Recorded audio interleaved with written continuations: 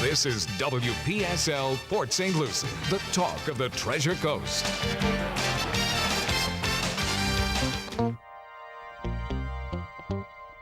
The views expressed on the following program are not necessarily those of WPSL. However, we are the ones that encourage you to like and share them on social media and with all your friends and neighbors, because it's time now for Martin County Roofing and independent insurance agent Rudy Howard to present the African American Scene, hosted by Rudy Howard.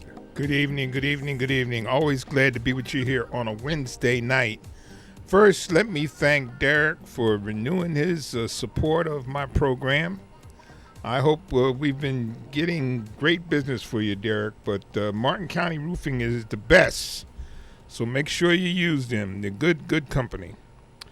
The other thing I'm going to say to you is the NBA.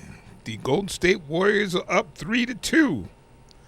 And so all you Celtics fans, you got to win 2 in a row or you're going to lose to the Golden State Warriors. Should be a good one. And tonight I've got a special treat for you. You don't get a chance to fight with me tonight. You have to wait because I got a great guest. And my guest tonight, I'm honored to have Dr. Timothy Moore, president of IRSC. He became president of IRSC as of September 1st, 2020. And Dr. Moore comes to us with decades of experience. He had a stint at our beloved Florida A&M University, where he served as the Associate Vice President for Institutional Advanced Research Programs and Development. Oh, at Auburn he did that. Yes, sir. And he was President of Research at FAMU. And he did his undergrad degree at Wofford College.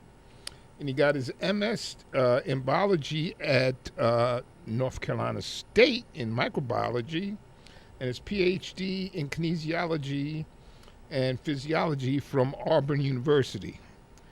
Good evening, Dr. Moore. Rudy, good evening to you, sir. Please call me Tim. Glad to be here tonight. Okay, Tim. I'm so glad that you agreed to come here tonight. My honor. I hear all of the good things that's going on there, and maybe we can talk about some of those things and get my audience. I told a couple of people that you were going to be on tonight. They were pretty excited about the idea. Well, good. First off, Mackenzie Scott, that lady is running around doing all kinds of amazing things. Yes, sir. Miss Scott is, for those that don't know, she was Mrs. Jeff Bezos for a while, the owner and founder of Amazon.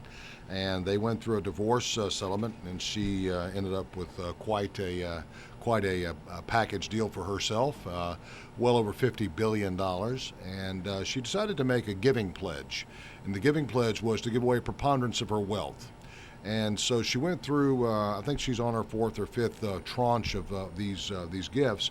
And she has a team assembled to look at organizations that fit her profile of what she wants, and then she deploys a requisite amount of money to go with it.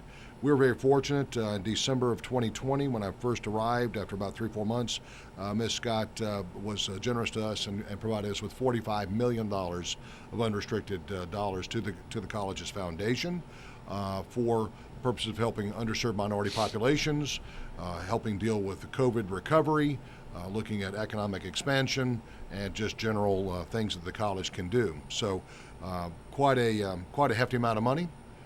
She looked at over 7,000 organizations, necked that down to about 800 to really look at. And then out of that, she awarded to about 350 institutions. We were the second largest ever recipient of money at an academic level, and one of the largest she's given out in her giving pledge. So we're very honored to have her dollars here and understand the weight of what that brings. Boy, I'll tell you what, and here's the funny thing.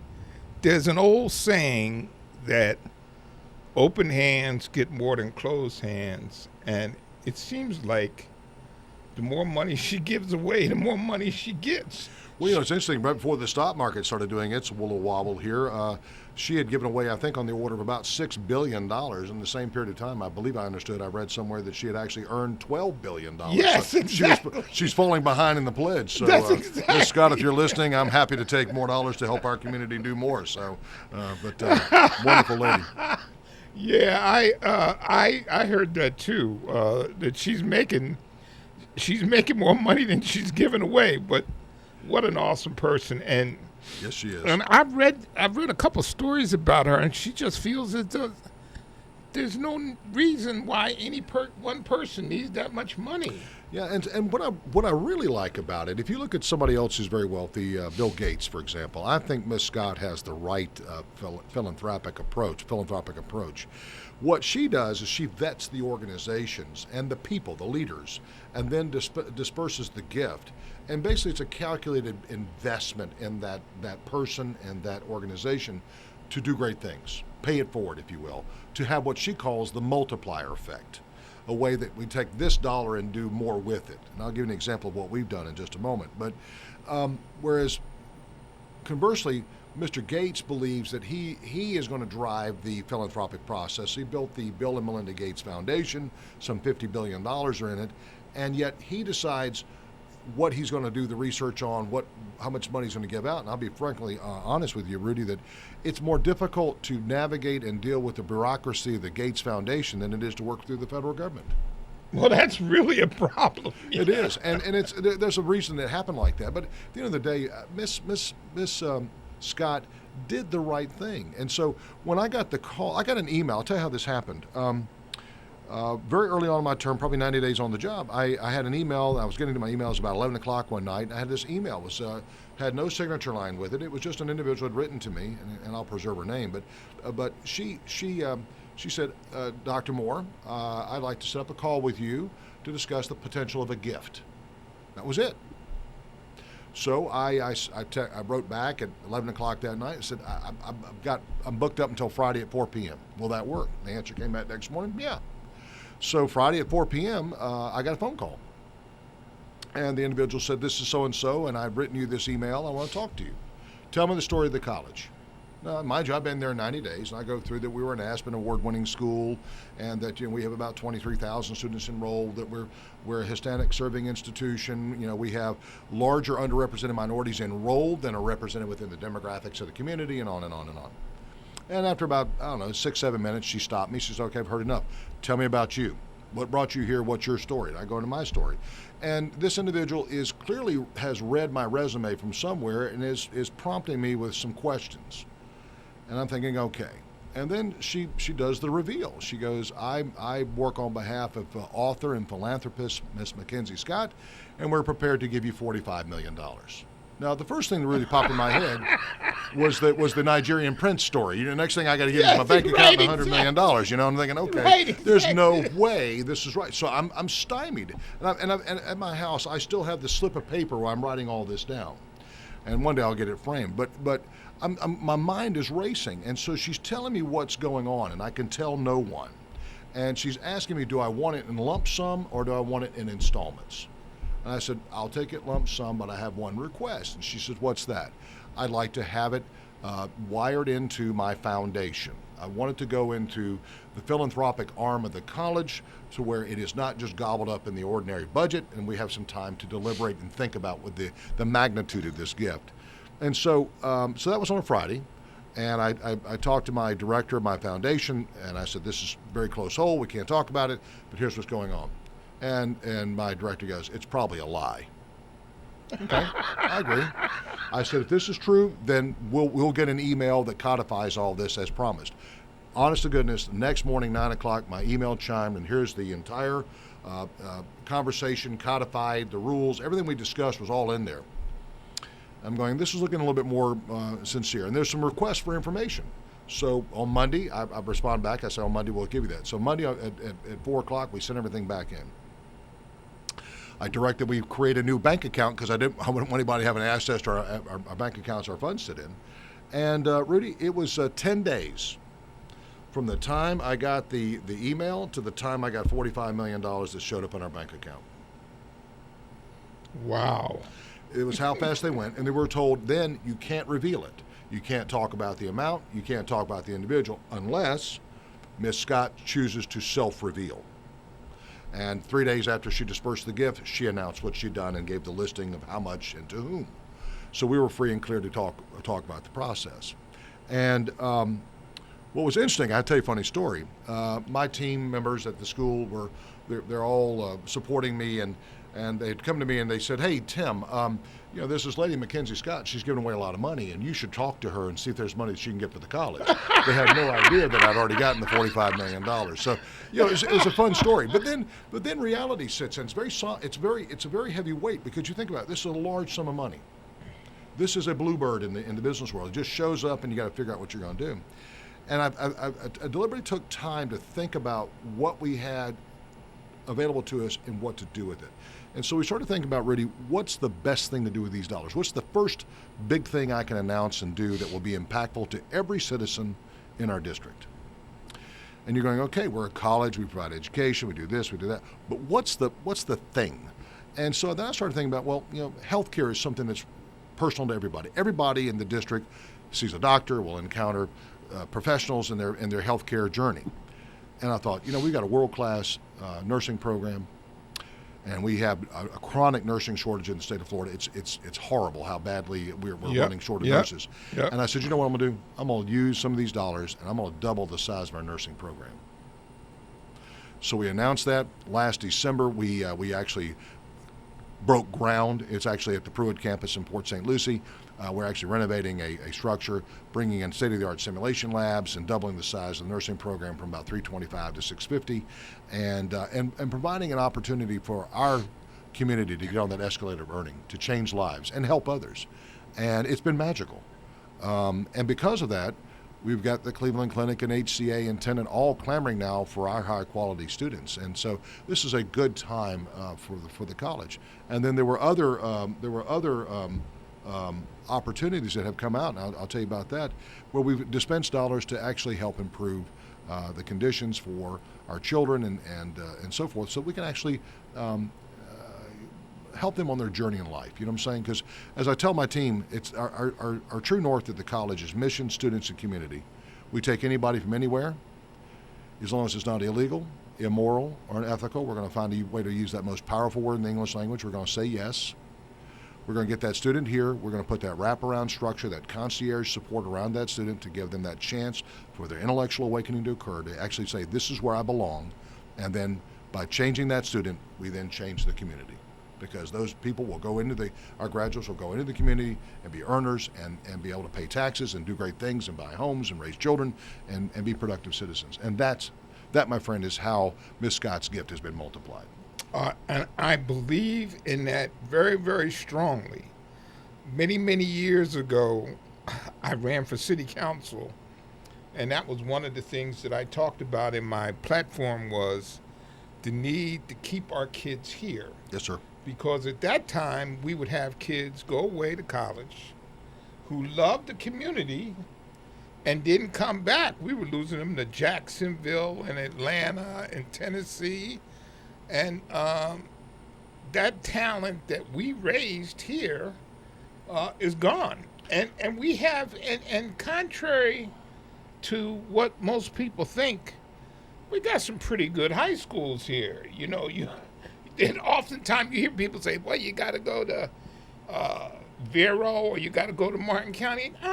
There's some good high schools right here in St. Lucie County that offer some specialized education that a lot of schools don't offer. Yes, sir. And I'll tell you this to you. The second part of Mackenzie Scott's gift has been deployed this year in the form of the Promise program. Yes. And as you know, you have the Bright Futures program, and that's if you have a 3.5, 3.6 GPA and you do well in college or high school, you can get a free ride to a state university, which is or a state university or a state college. That's wonderful. And if you're a bright student, you can do dual enrollment for free as long as you maintain a 3.0 GPA. Right. But then you think about kids like me. I was like an attention deficit kid in a polka dotted room. I was into everything other than my education when I was in high school, right? You didn't have time, and you were playing sports, or I was pursuing who was at that time would become my wife. You are not focused on learning. Young men especially just don't mature at 16 or 17 years old. It takes time, and I'll talk about that later on tonight. But the Promise program is for any public high school graduate or any public charter high school graduate within our 4-county district who has at least a 2.0 GPA, which you have to have in order to graduate. As long as you take the pledge and enroll full-time at the college, you can come to college tuition-free for 2 years.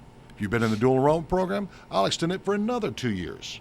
So you come in with your AA, I'll get you to your bachelor's degree. And the reason I'm doing that, Rudy, is this. It should not cost a kid an arm and a leg to go to college. It shouldn't cause their parents to have consternation and worry about where's the money coming from. And when you think about it, right now we advertise that 91% of our students graduate our college with zero debt. Because of Ms. Scott's pledge, that number will probably inch up closer to 95% this year. And that's transformative. Because when you look at our bachelor's degrees at IRSC who graduate, they out-earn the University of Florida bachelor's degree by about $3,000 year one and by about $6,000 year 5. But guess what, Rudy? I'm not subtracting $1,000 a month out of their paycheck for a student loan for $100,000. Okay? And moreover, I'm going to give them personalized attention because we're going to give them things that other schools are not doing. Again, through Ms. Scott's generosity and some good, clever planning on the part of my team, we're one of only 31 schools in the nation that have Adobe in the cloud for free to all faculty, staff, and students. So you have $4,000 worth of software that you can load on up to 5 devices. Well, why would you do that? The reason you do that is help that student build what? Their brand. You just open the show with your brand and the roofing company's brand. Brand. Build that brand. People buy brand. You have a personal brand. You can tell your story. The second thing we did is we cut a deal with Michael Bloomberg Terminals, the same ones that are used by Wall Street and by wealth managers. These are very expensive computers. They're $50,000 a copy. We have 12 of them. Guess what the cost is to the student or the community? $0. Free. Why are we doing this? Because it gives and it socializes an experience and an exposure that you might not get any other way. And at some point, you will catch fire. It will happen, and your awareness of what you can do and the skills that you possess and your God-given abilities will come out, and you can go forward and do great things. And one thing that I cannot get some people to understand, because you have a certain segment of the population out there who feels like, well, I had to struggle, so why should they get a freebie when I had to struggle paying mine? Well, okay, but let me say, I remember when my tuition a year was $2,900 a year. Yes, sir. For the whole year, Tim. You know Yes, what I'm sir. saying? And I think it's about $20,000 a semester now. You look at Wofford College. The last year I attended that school was $8,900 a year. That was a lot of money in 1985. That school's now charging $72,000 a year. I can't afford to put my kids there. Exactly. And I'll ask you a question. Is there any undergraduate education? What's the difference between what Wofford offers and what IRSC offers? Not one doggone thing. It's the same chemistry textbook, the same biology textbook, the same economics textbook. Our professors, I think, are better because they're more committed, and you're getting it at a lower price. And now you're going to get it for tuition free. To those that say, "Well, why should I help? Why should I help the school? I gave money, and now you're giving away free education." Here's the part, folks. You've got to get people's heads in the game. We have 1.5 million fewer students going to college today than we did 3 years ago. 1.5 million minds are not being awakened in this country. We, as a free democratic republic, cannot function when we've got 50-60% of our youth sitting on the sidelines doing gig jobs, driving for Grubhub or whoever, and thinking that's going to be their future. It doesn't work like that. What I want to do is provide these students with a world-class education, zero debt, turn on their entrepreneurial spirit, let them build a brand, and then help them capitalize and get a business out the doggone door so they become rich people doing great things in this society, and somebody can say, you know what, I remember Tim and Rudy when they didn't have two nickels to rub together. Now look what they've done. I can do that too. It's all about watching, learning, and doing. And become tax-paying citizens. Yes, sir. You know, what is wrong with that? But, you know, if you're short-sighted and all you care about is yourself, then you can't see that, which goes back to what I said earlier. Open hands get more than closed hands. Yes, sir. And she's got an open hand, and she's reaping the benefits of. Yeah, absolutely. Look, even like with LeBron James, you saw last week, he officially became a billionaire. Yes, sir. Sent kids to college, started an academy. Yes, sir. Sent parents to get GEDs and home training. And what is he doing? He's making more money he's ever made before. Yes, sir. Good things begat good things. I'll give an example with Miss Scott's gift. Because of Miss Scott's gift, I had people come to me and said, you know what, Tim? Nobody's going to give any more money to the college because you got all this money. And I told them, I said, that is an incorrect assessment. People who are successful follow other successful people. Yes. Rudy's in the pool. The water must be good. I'm getting in too. So I had a donor that came up from Palm Beach. He had a vision for starting a charter high school. $10 million. $10 million. Coupled with some dollars from Miss Scott, we have a fully financed high school that we broke ground on yesterday in Indiantown. And the difference between the way I'm trying to run this college and other schools that are being run is I believe in audacity of thought. Think really big. What can we do to maximize the reach, the impact, the effect of our college? And let's go fast. I was an armor officer in the Army. Well, I was talking about strike fast and kick rear end. Make stuff happen. You know, it's funny, and my wife said to me as I was preparing for it today, and she saw me sitting there studying some of the information, she said, you know, it's hard to believe we've been here all this time. There was never a high school in Indiantown? I said, no, sweetie, there was never a high school in Indiantown. 12 months from today, there will be. Yes. And that's the cool part about it. And then what you look at, Rudy, is this. Here's this little village that's been incorporated. And we put $30 million on the ground yesterday. And that's going to really be worth about $100 million by the time the year is out. And they're already they already got plans to build housing developments down there because guess what? Why do people live places? Quality of the education and quality of the health care. So look what Miss Scott's gift did. Nursing and education. Yep. Okay? Yep. And when you look at all this, even with our CNA program, Certified Nursing Assistant Program, I deliberately placed that in the Blackburn Center over by Lincoln Park. Why? It's the earliest step you can get into, the easiest step into the healthcare community, and then I put $1 million behind it to make sure that there is no student that's denied based on money. You don't have to worry about it. I'm going to get you in, get you out, get that mind to awaken, and then you will want to climb that ladder. Yeah, that's awesome. And you know, I'm on the board of the YMCA. Yeah. And you recently agreed to do some training for the YMCA for their facility out in Indiantown. Yes, sir. You know, at our last board meeting, they talked about that. I said, isn't that interesting? Well, again, I try to find a way to say yes. Yes is a powerful word. Yes is an enabler. Yes is an accelerant. Yes is a multiplier in and of itself.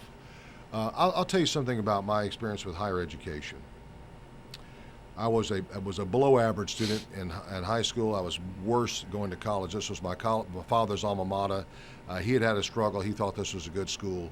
As I told the president of that college many years later, it had a lot more to offer than I was ready to receive.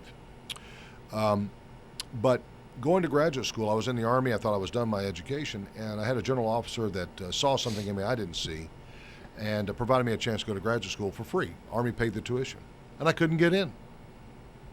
My grades were so bad. My graduate record exam was so terrible.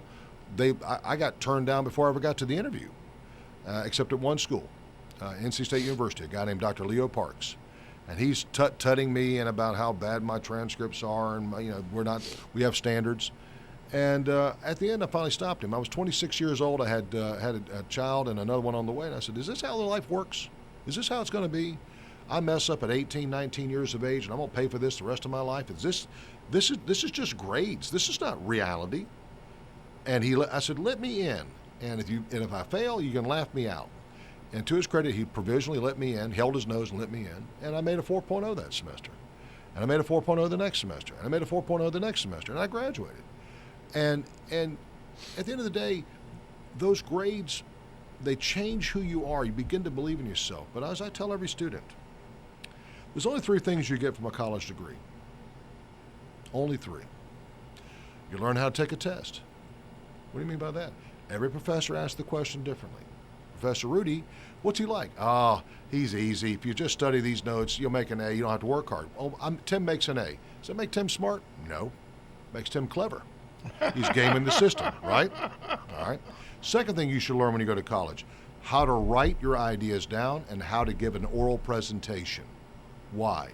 Because I don't care how smart you are, if you can't convey your ideas in the boardroom, in the banking room, you're not going to get finance, you're not going to be successful.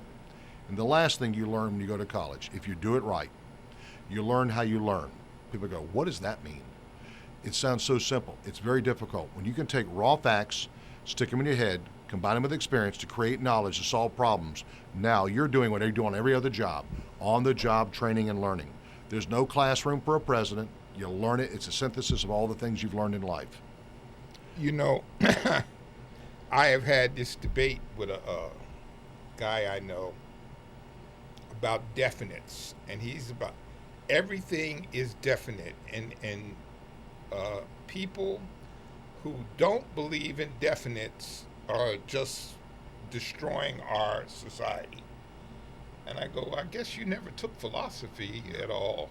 Yep, true. And so at the end of the day, what I'm trying to do is the one objection I have to higher education, we treat the seat as the most rarest of all elements in the world. Mm-hmm. Oh, Rudy, you know, we've got only 300 slots in our nursing program. Sorry, you're one of the 700 kids that applied that didn't get in. Better luck next time. Yeah. Okay? And I send them away to somewhere else to have to go take on debt and go get a lesser quality education, lower quality education. So, I expand the number of seats. Can I tell you a story? I got called up by Senator Harrell to go up and do a testimony in Tallahassee in January. And about this nursing program. Do you want to know a fact? This is a fact. Florida A&M, where I used to work, Florida State, University of Florida, they're part of a system we call the state university system. There are 12 schools, okay? Multiple billions of dollars of the state's resources go into these schools. They produce some of the brightest minds in the world. Absolutely guaranteed. Guess how many nurses they produce? 12 schools, take a guess. I have no idea. 1,700. That's it? So here I am, this little tiny, we'll call it a minuscule ant on the budget of University of Florida or Florida A&M or Florida State. And I'm the only program in the state. My team has the only program that is doubling in size to produce one of the most critical things that everybody in our society is going to encounter at some point in time, or their mama will, their daddy will, their brother will, or whoever. And we're the only ones growing? Are you kidding me? That's where I have a divergence of opinion with higher education. This is a supply and demand issue. Yeah. There is a supply that is X, and there's demand that's 2X, 3X, 4X. We must grow supply. And all we've been trained to do in the higher education space is look to the state and ask for more money. Whereas now with Ms. Scott's help, we begin to do other things. We now can raise private dollars to address public need. And that's as it should be. But most of my colleagues will sit back and be smug and resolute that, well, I've got 5,000 applicants for 100 seats. I'm good. Look at the quality of Rudy is one of our top people. He made it through the gauntlet. Okay, he's lucky. But does that, the difference between number one, it's like playing basketball or running track or anything else. The difference between number one and number 25 is probably a fraction of a second. Yeah. Right? Yeah. Fraction of a grade point. Somebody's life shouldn't turn on that. Somebody's career shouldn't turn on that. It should be we can get them in, and the answer should be yes. I agree wholeheartedly, but I'm going to tell you, you got people listening to me right now who don't agree with that. But if you have a question or comment for Tim Moore, president of IRSC, please call 340-1590. That's 340-1590. And in conjunction with what you were just talking about in terms of partnership with things that are ongoing in our environment, you created the National Electric Vehicle Consortium. Yes, sir. We have a brilliant mind by the name of Dr. Kevin Cooper, who has done some great work at our college. He has a great group of colleagues around him. The National Science Foundation, which is one of the basic financiers of arms of the government for innovation and in our case, workforce development, came to us and asked Dr. Cooper to put together a consortium of schools in which we're the lead school, what's called the prime school, to lead. So we're one school plus 6 others to do this work. We have Tesla, Radians, GM, Ford, Chrysler, that are all in our Codier friends around us. And this is to train workforce of the future around electric vehicles, the batteries themselves, the battery repairs, the charging systems, et cetera, et cetera. And we're now going to be beginning to develop that training program. This is the 3rd center like it in the college. We have the National Center for nuclear plumbing and cooling systems. Remember, water cools these reactors, and you have to keep those operating just so or else.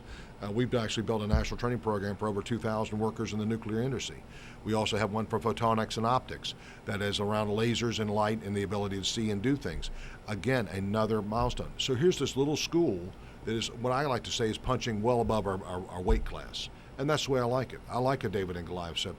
And here's what I'll tell people, and I've talked to several of our donors about this. I am not the University of Florida. Can't match them. $3 billion juggernaut. It's a brand in and of itself. But they're a super tanker. Their ability to turn that ship takes weeks, months, years. Mine is a ski-doo. I can turn circles and do dives and jumps and things like that very quickly. And agility, speed of target is what's going to get me where I need to go. Yes, sir. And just so you know, those of you listening, it's $2,735,771 committed to this program. And they're going to be focusing on manufacturing, installation, operations, maintenance, repair, and vehicle conversions. Yes, sir. Those are taking old lithium-ion batteries and converting them to the new lithium-ion batteries. Let me give our listeners just something to think about. You know, when I came along, it was, you don't want to be a mechanic, Rudy. It's dirty work. It's hot. Bust your knuckles up. It's not good for you. I had the Audi dealership out of Palm Beach come to me. They have 25 service bays. And they have 7 mechanics. Okay? When a student graduates from our program, they are classified as a level 3 mechanic. That person is going to earn almost $100,000 a year. If you're a level 4 mechanic, you can pull down over $150,000 a year. And you're not working in a grease pit. If you're looking at a Ford Explorer, you're looking at a vehicle with 4 tires and 17 central processing units on it. You're dealing with a rolling computer. You're dealing with an electric vehicle, you're dealing with direct drive motors and batteries and electricity. These are skilled technicians. Okay? And we got Steve on line 1. Hey, Steve. Steve, Steve, you there? He's not there. He'll have to call back. Call back, Steve. So the other thing I'll tell people is this: when you start looking at the workforce of the future, what we're trying to do here is we're trying to get people out with skills and trades. That's not a bad word. These are high-paying jobs. Yes. And then what I want to do is I want to take a young Rudy and say, you know what? I see potential in you. You've got mechanical inclination. You could be a great mechanic for a heating and air conditioning system. But Rudy, instead of going to work for Tim, why don't we help you find the money and get you the branding and the wrap for your truck and get you money to get your truck started, and you start your own business. That's how true family wealth begins. Absolutely. My dad used to say you'll never get rich working for somebody else. Yep, that's absolutely And that true. is a way to unlock the mind. And folks, this is 2 years. 24 months, you don't know nothing. In 24 months, you know something, and now you're out the door earning your own living. That is unimaginable. At no cost. You're coming out tuition free in the Promise program. Yeah. 95% debt free. Who gets to do that? Okay? That's what this is about. And then you have the other folks. Well, you know, Rudy, Timmy's a good kid. I really want him to go to the University of Florida. Okay, go for it. You want to do $80,000 or $100,000 in debt for a degree that the kid's going to be paying off the rest of his life. Okay. Or you can start at IRSC, or you can end up at IRSC, or you can get additional benefits of being an IRSC that we're going to be closer to the employers. One of the things we're working on now, Rudy, is to bring the employers to the district. I don't want Rudy to leave the whole neighborhood. I want Rudy to go to school here, and I want Rudy to go to work here. You know, Tim, one of the hardest things that I have to do is when sometimes parents come to me and they say, Johnny got accepted or Betty got accepted to college. And I go, well, what are they going to college for? English. And I go, well, are they going to be a teacher? I don't know, but they're going to college. So what are they going for? Psychology. I said, do they plan on getting a PhD? Yes, sir. Because you know what? If you're not, when you and I, well, I'm a little older than you, when I graduated from college, if you could walk in and set your college degree down, that was going to guarantee you pretty much a job. Those days are long since gone. Those are gone. Those are gone. Moreover, Rudy, a graduate of college, your education doesn't end when the diploma is put in your hand. Your education just begins. Yep. Because you're going to have book smarts, but you're going to have savvy around the business that you're in. One of the best pieces of advice I ever got was that every business, every program has its own nomenclature, its own language, its own words, and you have to learn those. It takes an employee about a year to really learn the culture and understanding and how we make money. We're trying to accelerate that because what I want these students to walk out, even if they go work for Bill Smith Incorporated, that student's got to have an entrepreneurial slice because Bill Smith may go out of business and then what? Or Bill Smith's going to run a business, but you got a better idea to do something else. And you ought to be able to figure out, understand that I can get a patent. I know how to do that. I know how to go get a loan. I know how to do that. I know go qualify for federal assistance. I can do that. And on and on and on and on and on. Those are tricks and things that we can give you at the school that nobody else can do through the Small Business Development Center. And that's what this is about. It's about unlocking the full potential of the individual, not just conforming to what the state or somebody else says you have to do, that you're going to take 4 credits of this, 6 credits of that, and here's your diploma. Now what? Well, yeah, because you know what? You're doing more than providing education. Like you said, you're investing in the individual, and that's really, really important. Because a lot of times it's a matter of what you believe. I don't know. I told a story for some of my listeners. When I graduated from school, I got in the insurance business, so I wanted to pursue a master's in business, right? But I was under the impression it was too hard, right? Because of whatever somebody had told me in high school, that it was just, I thought it was beyond my capabilities. So I'll never forget, I took a course in accounting at Quinsigamond Community College in Worcester, Massachusetts. Wow. And I got an A, and I went, man, this is not that hard. But think about that mindset I had. I was all of 21, 22 years old, and my mind said, I can't do that. That's too hard. Or it's too long, or whatever. Yeah. What I always tell people is that most of what we're given advice from our peers is the ruthless application of limited knowledge. A lot of people talk hard about things they do not know. Till you get in that classroom, that moment where you prepare yourself. And what I tell the students is this: you can be a casual student, you go in there, and I can remember I was this way when I was in high school and college. Oh, Lord, I hope Professor Rudy doesn't ask questions from chapter 4, 5, and 6 because I've only read 1, 2, and 3. Okay? Right. And please, Lord, let me get through this thing. And you're just desperate to make a C-. As opposed to 4 or 5 years later when you mature and you realize, you know what, I'm going to go into Professor Rudy's class, and I defy you to ask me a question I don't know the answer to because I know it. I know what I'm doing. That's where your academic bearings come from. But then that's not success. That's preparation. That's getting the mind ready to get the real knowledge of how to run your life, run your business, run your investments, and so forth. That's where it comes from. Yeah. You know what I'm saying? Yeah. Well, I've been told by human resource people that the biggest focus they have is not so much on the 4 years, the last 2 years of school. Yes. Because they know Maturity's got to kick in at some point, right? Yeah. You know, you can only do goofy things for so long. Yeah. I'll also say this to you that people are in such desperation right now for workers to come in that they're willing to do lots of things, and what the new employees have got to do is learn. You've got to siphon off knowledge from your employer. I tell every student, when you go to work for somebody, you're gonna work for some people. You're gonna work for some bad people. You can learn from both of them. Yeah. And if you're learning from a person you don't like, then don't copy them. If you learn from something you do like, copy from them. I have someone on the phone that knows you. Uh-oh, who's that? Chancellor Howell, Dr. Chancellor Howell All right, on the phone. come on.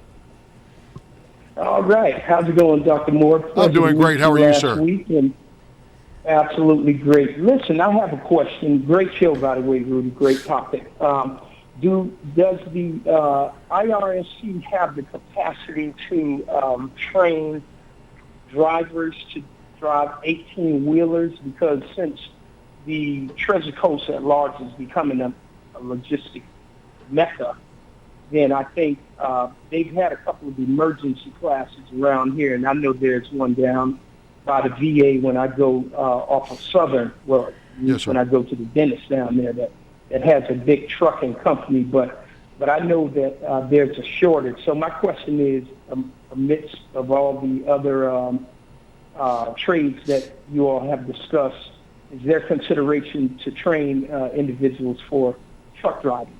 Yes, so we already have that. We have a partnership with Sage Trucking that allows us to put people through a class, and they come out certified to drive and have a commercial CDL and be able to drive those rigs. And just to put another fine point on it, for the people out there that don't believe truck drivers make any money, they're up in Jacksonville. They were offering earlier this year $10,000 signing bonus and a guarantee of $120,000 a year to drive a big rig. So the dollars are there. Mm-hmm. We're doing that, and we're expanding that program so that we can be more available to others. Your other point is very well taken. That is, up and down I-95 around the Treasure Coast, Okeechobee, you're watching a massive distribution network being installed as we go by. You've got your Walmart, your FedEx, your Amazons. This is where we're going to see this happen and continue to go up in a very logarithmic rate, and we need those people. And we also need people to understand supply chain. We also teach classes in that and certificates in that as well. So we're addressing both the ability to work in the supply warehouse as well as the ability to move goods between the warehouse and the consumer. And it's been wonderful to watch, but it's horrifying as a country because we're really short of these critical assets, these drivers, to do the things we need to do. Sure. Great question, though. Okay, well, listen, thanks. Keep blazing trails. I love the energy. I love the prospects of what's going on in real estate college. And thanks a lot. Thank you, sir. I appreciate your job. kind words. It's very kind of you. I got a great Right. team. Thank you. You got it. Yeah, that's my buddy. Chancellor and I, good friends. Yeah. Yeah, so this national electric vehicle thing is just blowing my mind. Is that officially up and running yet? It's officially up and running. We have it. We're actually got a new building we put together, broke ground on that December of 2020. It will be completed by March of next year. We're taking the old vocational training and technical training areas that are probably the oldest part of our campus, and that all those classrooms are now being moved to a state-of-the-art, approximately 62,000 square foot facility on the Fort Pierce campus that will be called the Eastman Advanced Workforce Complex, Training Complex. Mr. Eastman is a gentleman who graduated from MIT, had no association with the college, came down. We told him our story, what we're trying to do and what we're about. Mr. Eastman was very, very generous to us. He wanted to put his name on that building to affect generations to come. He gave us a generous donation of $2 million to do that. So we have people that are trying to change lives around here. And what I would tell our listeners is this. You may have been a graduate of our college, and we commend you for that. You may have children that are attending our college, and we're thankful for that. But the other part about it is we all know somebody that has the ability to give and do things and to help change the lives of others. And that's what this is all about. And, for $15,000, you can set up an endowed scholarship in whomever's name you want to provide a free education for somebody to go to school.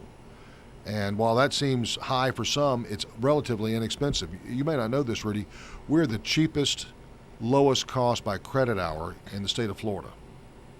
Out of 40 schools of higher education, we're the cheapest by credit hour. We're the second lowest to attend college in the nation for 4-year education, according to the U.S. Department of Education. Wow. Okay? That's impressive. So we've got the National Electric Vehicle Consortium. We were picked for that. We were solicited by the government to come in and put the proposal in because they've seen what we've done in other areas, and so that's wonderful. But we're getting these things repeating over and over and over again because what we're getting is we're making our own energy now. We're creating our own lightning strikes. And we want these students to benefit from this work because it's going to position them to do great and glorious things. But here's the challenge. The young person's just got to say yes and step across the line. The other thing I tell students all the time, I learned from a good friend of mine, Dr. Gary Hill, at the medical school I started at Auburn. Gary's an African-American gentleman, brilliant guy. He's now retired. He was from Philadelphia. And he drilled in my head 2 words, and I always tell every student this. There's only 2 words we're going to talk about today: disappointment and regret. Disappointment is on you, the student. It's the coulda, woulda, shoulda. I could have tried harder, could have done this, could have done that. Those are the second thoughts and the oh man, I got it wrong. Regret is personal. And when I tell every student, as long as you don't have disappointment in your life from the standpoint you didn't try hard enough, I'll never have regret trying to help you. And I gave you a challenge coin tonight. I give them to these students when they come in. I've had kids that have been in jail. I've had kids that have had problems in their lives. I've had kids, all kinds of, you know what? That was the old you. This is the new you. Which way are you going? You want to go back and be a chucklehead, or are we going to go forward and become something productive? And if they say, I want to be productive, all right, then you're going to sit your behind up straight in that seat. You're going to look me in the eye. And you're going to make me a commitment. Had a young man that came to me back in January. He had asked me for help for admission to a medical school. I started one at Auburn. I'll talk about that if you wish. And I was on the admissions process there for about 1.5 years and know the system. My son's a physician. My daughter-in-law's a physician. And so I coached him through it. And so he got accepted. And he came into me. He came to my office and he said, I just want you to know I got accepted. And I shook his hand. I patted him on the back. He said, I want you to understand something. You're never going to regret helping me. I'm going to make it. I said, I know you will. I'm not worried about it. That's what it's about, okay? And you think about this. There's another gentleman I met in the process of building this medical school at Auburn, an African-American gentleman by the name of William G. Anderson, Bill Anderson. Bill's now probably 95 years old. He came from a different time in American history. He was in the segregated South.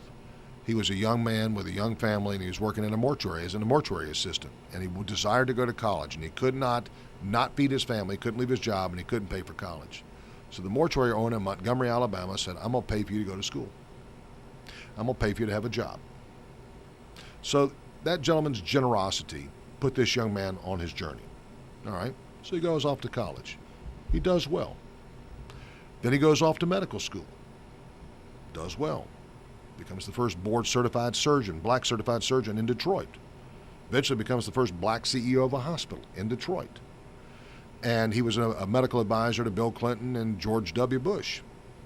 All right, 4 of his 5 children have become physicians, 3 of his grandchildren, 1 of his great-grandchildren. So this one person's gift changed one man's life, and then all of the healing arts that have occurred cascading through the process. Okay, noteworthy, laudable, cool. Bill Anderson ran and was the president of the Albany, Georgia Civil Rights Movement. He was classmates in college with Ralph David Abernathy. His wife was next-door neighbors with Martin Luther King. So this man's gift put this talent, this rare element, into orbits with others. And look at the magic that unfolded. So the man saved lives, but the man changed the world. And I made the mistake one day. I was talking to Dr. Anderson, and I said, I bet you don't remember E.D. Nixon, but we have at Auburn University at the time the last interview of E.D. Nixon before he passed away. And Dr. Anderson got very indignant with me. He said, don't you lecture me about E.D. Nixon. He said, he was a friend of mine. I was his physician. I was Rosa Parks' physician. I was Jackie Robinson's physician. I was on the telephone with Coretta Scott King when Martin Luther King was killed. Don't talk to me about that. And it turns out E.D. Nixon was an illiterate porter for the Southern Railroads who put Rosa Parks in the position of having the bus boycott in Montgomery, Alabama. The story that's been lost to history was he was the one that organized all the faith-based leaders to execute the boycott. Young Reverend King was at the pulpit, had only been in Montgomery 2 or 3 months. When E.D. Nixon came to him to ask him to participate, Martin Luther King turned him down. Several weeks went by, and E.D. Nixon came back to him. Reverend King said yes, and history was made. So one person's gift, as Dr. Anderson puts it, can change another person's life. Oh, absolutely. And that's what Miss Scott's done on a scale that's unimaginable. But you know what? Just because she can do it at a level I can or you can't doesn't mean that what we can do or somebody else can do is not inconsequential. It's impactful. And you can change someone's life by just directing them to tell them, son, daughter, get your behind up off the sofa, go get your education. You may find out that you're going to learn things you never knew about, be exposed to things you've never considered, and your life will be better for it. Well, Tim, I have to tell you, this is my little contribution every week on Wednesday night to try to make a little difference in the world. Yes, sir. This is what I do. So I talk about stuff that other people don't want to talk about. You got something right there that's very important. Yes, the Constitution of the United States. And you see, I keep that right in my I have one in my briefcase. I talk about it often. Yeah. As I tell people, you know, it's easy to talk bad about this country, and I always tell the students, you can argue about the practice of America, because if you look what's enshrined in the Constitution, it's in order to form a more perfect union.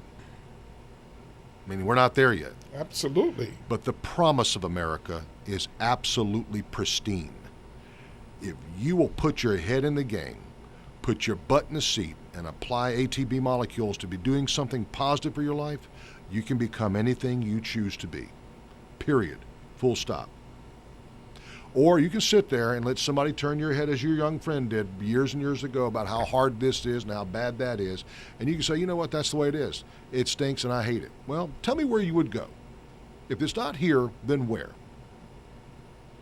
Where is it that you would go in the world to enjoy the freedom to dress, act, behave, work, do, eat, drive, live the way you want to? It doesn't exist, ladies and gentlemen. This is the greatest country on earth. It's a gift. Our rights come from God. They're enshrined in the Constitution, and they come with great personal liberty, but they also come with great personal responsibility. Absolutely. And we're always constantly working to perfect it. Yes, sir. And, sir, I have to tell you, we are coming to the end of the hour. I want to give you a chance to say anything you'd like to say to my audience as we're coming to a close. Well, Rudy, first of all, thank you and your team for your hospitality and the opportunity to talk tonight to your listeners and to you. I enjoy the conversation. Number one. Number two, Indian River State College is a unique asset for the Treasure Coast and Okeechobee. We have almost 750,000 students, our citizens here, and we have the ability to serve many, many students.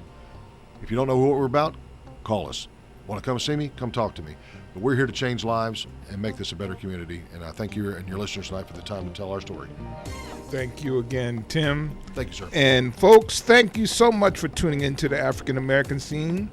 God bless and be safe, and I will see you next Wednesday right here for the African American Scene. The African American Scene has archives on YouTube under WPSL TV. And by the way, tonight's show has elevated this program to a whole new level. This is WPSL Port St. Lucie, the talk of the Treasure Coast, webcaster to the world on Google Home, Alexa, and the TuneIn app on your smartphone.